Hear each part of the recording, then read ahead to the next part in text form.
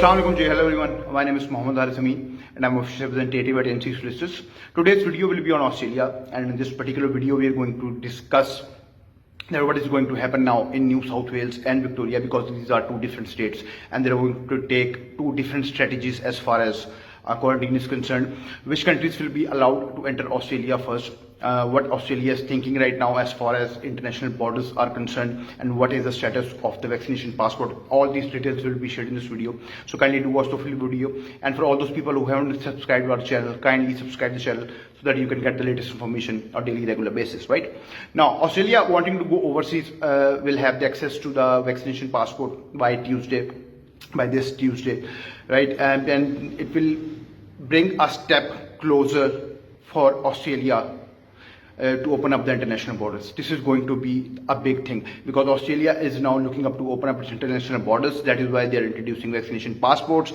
and to allow their own citizens to travel abroad is a big thing as far as Australia is concerned. The rest of the world is taking a different strategy, different approach, but Australia was becoming like a fortress, but now they are getting out of that mentality and they are going to allow their citizens to go abroad. Now quarantine free travel from New Zealand South Island will resume.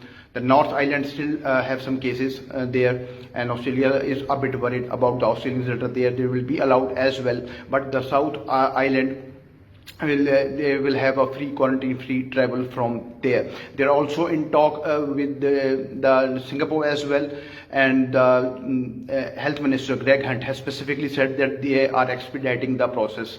They are working on it, and Singapore will also be allowed. People from Singapore will also be allowed to enter Australia hopefully in the coming months. So these two countries, New Zealand and Singapore, as far as concerned, they are going to enter Australia soon. International travel with these countries is going to open up soon.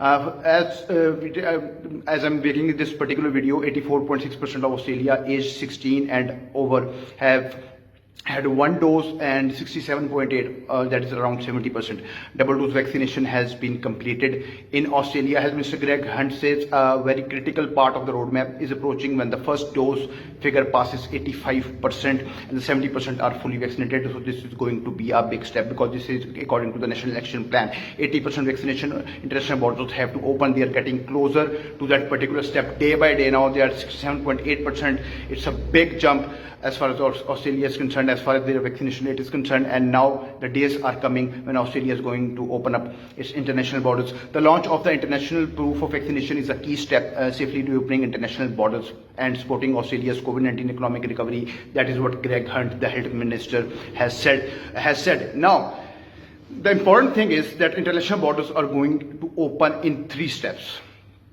This is the most important thing that I'm going to discuss right now in this particular video. Step number 1, as we have already discussed, everybody knows national citizens, their family, they're going to come. Second will be international students and the workforce that Australia requires. And the third one is the visitors. Most of the people they are asking about the visitors when they are going to enter Australia. They are going to be the last one, unfortunately. First one will be citizens and their families. Second one will be international students and the workforce that Australia requires. And the third one will be the visitors. Now the timeline for national is there, right, from 1st of November.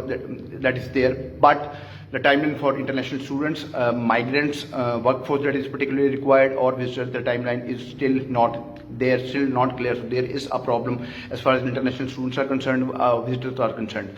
But for national, it's pretty clear that when they are going to open up their international borders. And this particular vaccine passport is going to have a chip in it, and it will have a QR code. It's like an identity card. Your date of birth, your gender, your name, that details will be there. Online tracking apps will be introduced from which it can be verified that you have been vaccinated. So it's going to be a digital step as far as Australia is concerned. They're going to take a digital step in it, and this chip is basically Australian made. They have made an Australian-made chip has been introduced in those particular vaccination passport, and before those citizens that will leave the country, a day before, they will have that vaccination passport in their hands and they can travel abroad, and then they can come back as well. So Australia is taking a different approach. To conclude this particular video, Australia is taking a different approach, and we can say it's a good approach.